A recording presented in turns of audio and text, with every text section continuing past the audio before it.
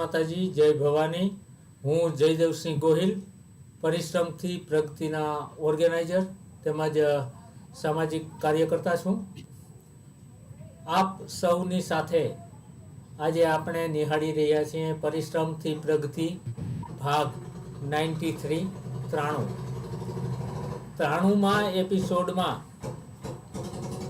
આપણે જ્યારે જઈ રહ્યા છીએ ત્યારે પરિશ્રમથી પ્રગતિનો આછેરો પરિચય આપું તો જેને શૂન્યમાંથી સર્જન કરી અથવા તો ગર્ભ શ્રીમંત હોય અને ટોચ લેવલ પર હોવા છતાં પણ કોઈ પણ જાતનો કોઈ ઈગો કે કંઈ પણ રાખ્યા વગર હર હંમેશ સૌને મદદ કરતા થતા હોય, ક્યાં પછી એ તનથી હોય, મનથી હોય કે ધનથી હોય. તો એવા જે અલગ અલગ ક્ષેત્રના મસીહા કહી શકીએ, માર્ગદર્શક કહી શકીએ, એમનો મંચ એટલે પરિશ્રમથી પ્રગતિ.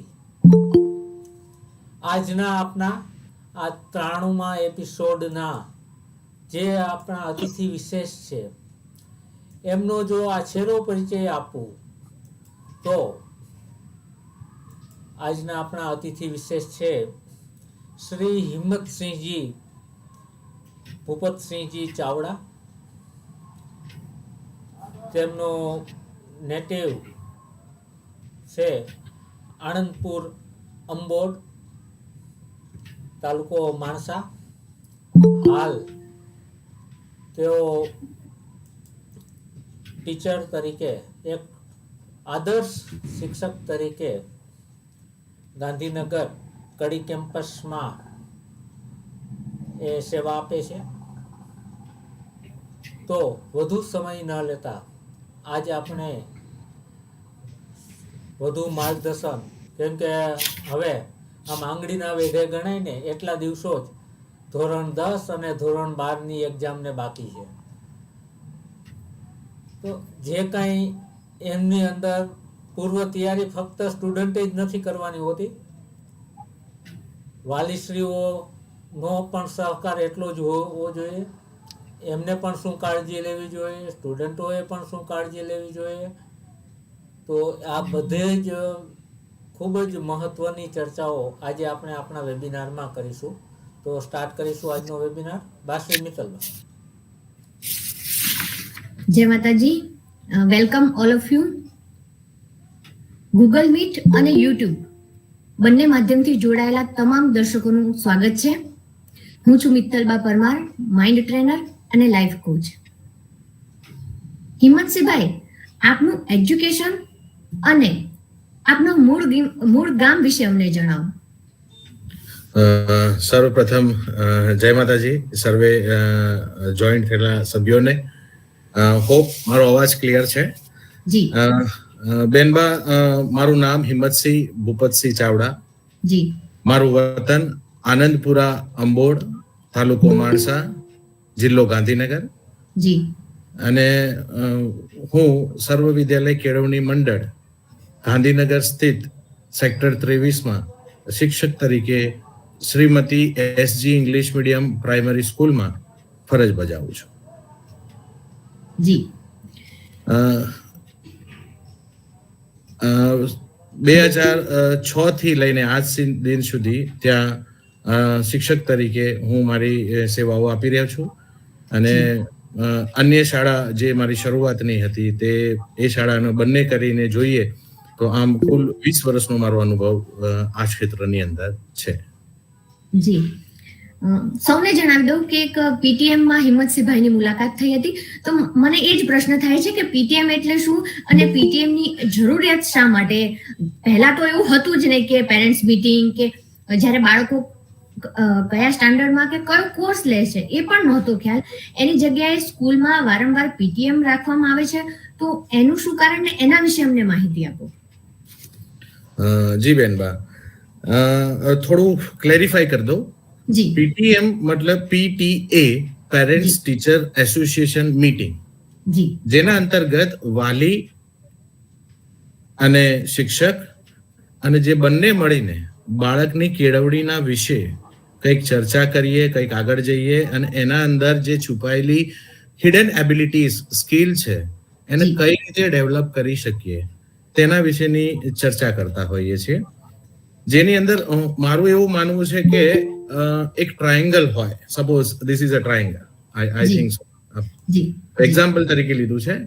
જી સો આ બેઝ જે છે એ મજબૂત હોય તો ટોપમાં જઈ શકાય, જી અને એમાં બંને સાઈડ જે નીચેના બે પાયામાં રૂપ તરીકે આપણે કામ કરીએ છીએ, તો એક તરફ વાલી અને જી. એક તરફ શિક્ષક, તો જ બાળક ટોચમાં સારી રીતે જઈને એને સ્ટેબલ રહી શકે. આ અભિગમ સાથે અમારી સંસ્થામાં નહીં પણ જનરલી બધી જ સંસ્થાઓની અંદર પેરેન્ટ્સ ટીચર એસોસિએશન મીટિંગ થતી હોય છે. જી મારી અને બેનબાની મુલાકાત અમારા એક પેરેન્ટ સ્ટોકની અંદર થાય છે.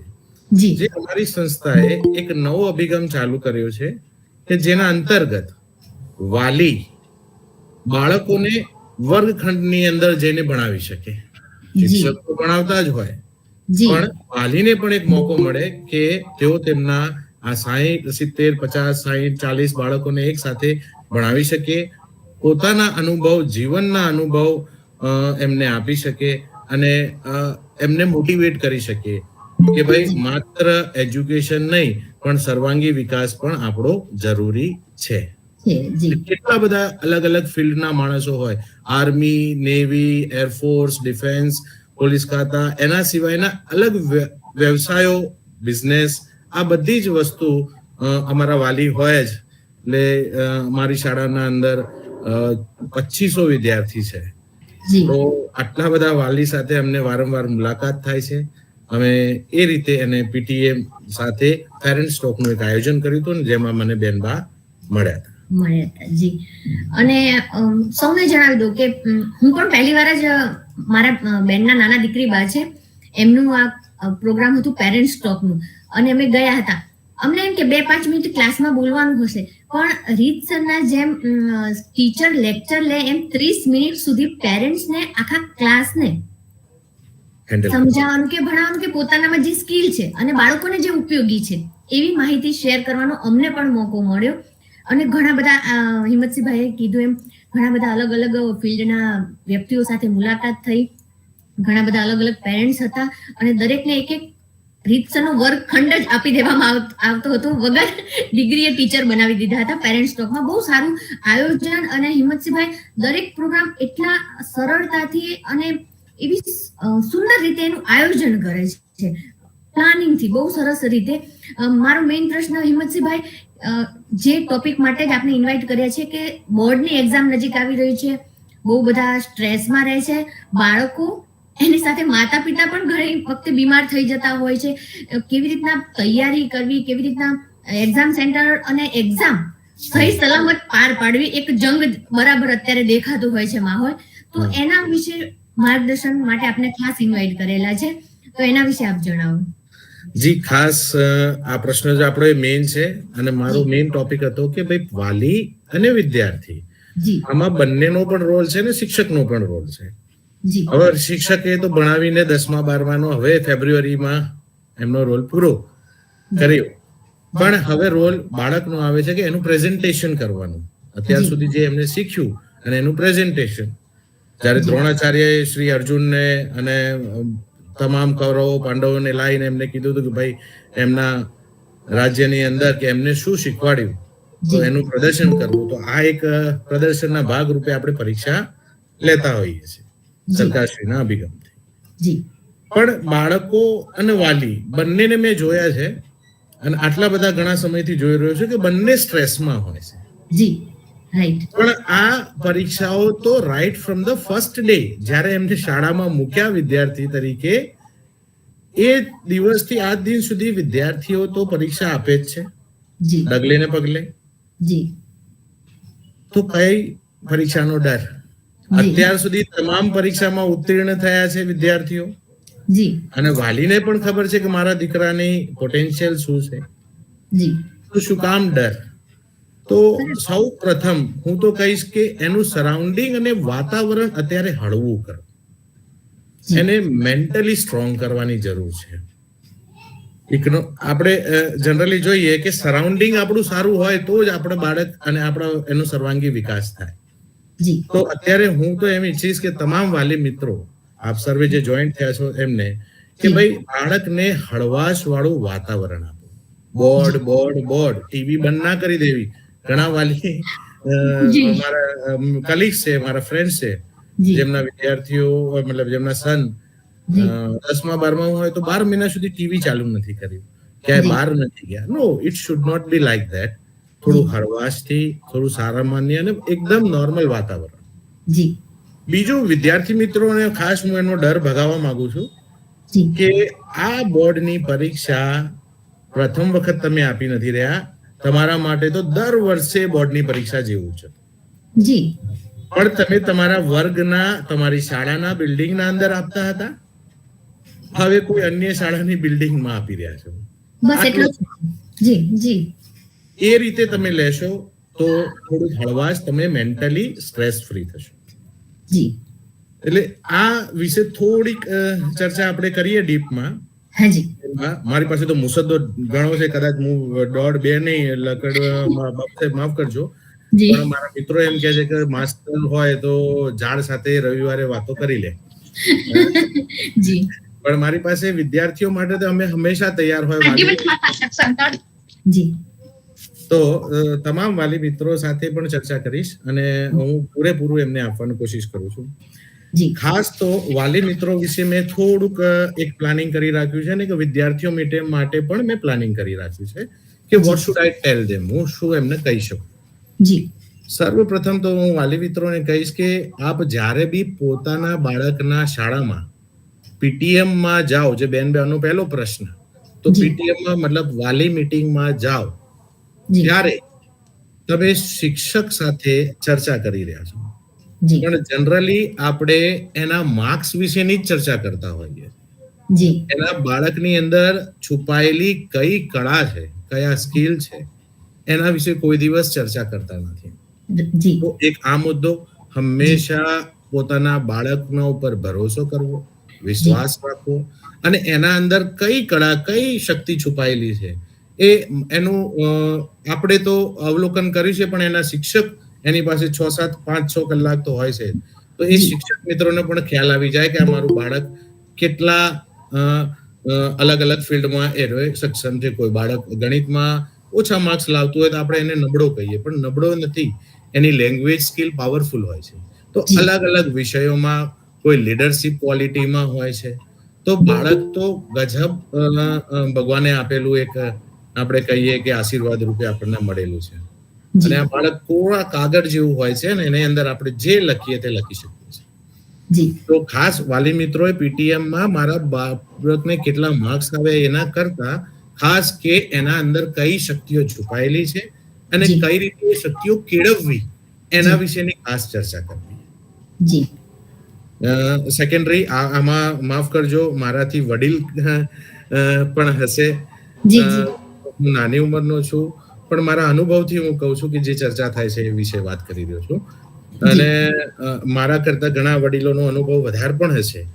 પણ બાપુ સાહેબ, હું મારા મનની વ્યથા કહું છું કે હું મારા વિદ્યાર્થીને જાણું છું, એના મનની વ્યથા જાણી શક્યો છું કે એ શું સમજી છે ને એ કઈ તકલીફમાં છે. તો એને ઉઘાડવાનો પહેલો પ્રયત્ન કરીશ એના ઘરેથી, એના વાલીથી, એને હોમમાં. ધોરણ 10 ની 12 ની તો કઈ ટિપ્સ આપવી છે એ તો એમના લાખો આવા યુટ્યુબ ઉપર આપનારા મળી રહેશે. એમના ટ્યુશન શિક્ષકો બી આપતા હશે, એમના શાળાના શિક્ષકો બી આપતા હશે, પણ હું તો એમની હળવાશ થાય અને કઈ રીતે વિના ડરે, નિસંકોચ પરીક્ષામાં જઈને સારા માર્ક્સથી ઉત્તીર્ણ થાય એવું વાતાવરણ ક્રિએટ કરી આપવા માંગુ છું. આ મારો આજનો અભિગમ હતો ખાસ તો. સેકન્ડલી, વાલી મિત્રો જ્યારે પીટીએમ માં જાય છે તો એના બાળકની સ્કિલ ડેવલપમેન્ટ પૂછ્યા પછી એને કેળવવા માટેના પ્રયત્નો ચાલુ રાખવા છે. વાતચીત કરી જાણી લીધા પછી એને આગળ વધવા પણ પ્રયત્ન કરવો જોઈએ. તો ઘણી વાર કેવું હોય છે કે વાલી બેન અમે જોઈએ કે ઘણા વાલી અમારી પાસે આવે અને વાલી પછી પૂછી લે એમને કે સાહેબ મારું બાળક કેવા ફિલ્ડમાં સારું જાય. અમે એમને કહીએ કે ભાઈ એને સ્પોર્ટ્સમાં સારું છે, એક્ટિવિટી સારી કરી શકે છે, લીડરશિપ ક્વોલિટી સારી છે, તો એને આ ફિલ્ડમાં જવું જોઈએ. તો એને પછી બીજા કે ત્રીજા દિવસે જનરલી વાલી એક અઠવાડિયા પછી આપણે એને ભૂલી જતા આવીએ છીએ. જી એનું રિઝલ્ટ આવી ગયું. જનરલી મધર તો થોડા અવર હોય, પણ as a father, working father હોય તો ફાધર પાસે સમય ઓછો હોય તો તેઓ પણ એટલો આજના યુગમાં સમય આપી શકતા નથી. એવું થાય. અને કદાચ મધર ફાધર બંને વર્કિંગ હોય તો બાળક માટે થોડુંક સમયનો અભાવ રહેશે પેરેન્ટ્સ તરફ. જી ખાસ આમાં અલગ અલગ રીતે જોઈએ તો એમની હેલ્થ માટેનું ખાસ કાળજી રાખવી આ સમયે. જી આ પરીક્ષા દરમિયાન ધોરણ 10મા અને 12મા બોર્ડ દરમિયાન એમની હેલ્થ કાર્યક્રમ સવારે ઘણી વખત કેવું હોય છે, વિદ્યાર્થીઓ લેટ નાઇટ સુધી વાંચન કરતા જી અને સવારે એમને ઊંઘ પૂરી ના થઈ હોય તો માથું દુખે અને એના કારણે આખો દિવસ બગડતો હોય છે. જી તો આ એમનું નુકસાન ના થાય ને સમય ના બગડે. તો એમની હેલ્થ કોન્શિયસ, એમની ડાયટ, આ બધામાં વાલી તરીકે એમને મદદ કરવાની રહેશે. જી ઠીક છે બેન? હાજી સેકન્ડલી આપણે તો જાણીએ છીએ કે શિક્ષક એટલે અમે તો અત્યારે એવું સમજીએ કે અમે સર્વસ્વ છીએ, પણ એવું નથી. માતા, સર્વપ્રથમ માતા, તો માતા એ one mother is equivalent to 100 teachers. જી તો માતાથી મોટું તો હું કોઈ શિક્ષક નથી. કારણ કે સૌ પ્રથમ શિક્ષક એની માતા, એનું પરિવાર, એનું ઘર, એની શાળા પ્રથમ કરીએ તો for school is a first home of a child. પ્રથમ એની શાળા છે. અને જો એ પરિવારની અંદર દાદા, દાદી, કાકા, કાકી, આવો જો ન્યુક્લિયર ફેમિલી નહીં, જી જોઈન્ટ ફેમિલીમાં જો એ બાળકનો ઉછેર થાય તો it will be all fine. જી ટુ ધ પોઈન્ટ, ધોરણ 10ના અંદર બાળકોને વાલી તરીકે તો આ મુદ્દા કવર કરવા, પણ સાથે સાથે વિદ્યાર્થી મિત્રને પણ આપણે કહીએ છીએ કે કઈ વસ્તુ આપે ધ્યાન રાખવી. હું બંને સાથે લઉં છું. કારણ કે મને એવું છે કે ભાઈ વાલી અને કદાચ એમના સંતાનો પણ સાથે બેઠા હશે તો એ બી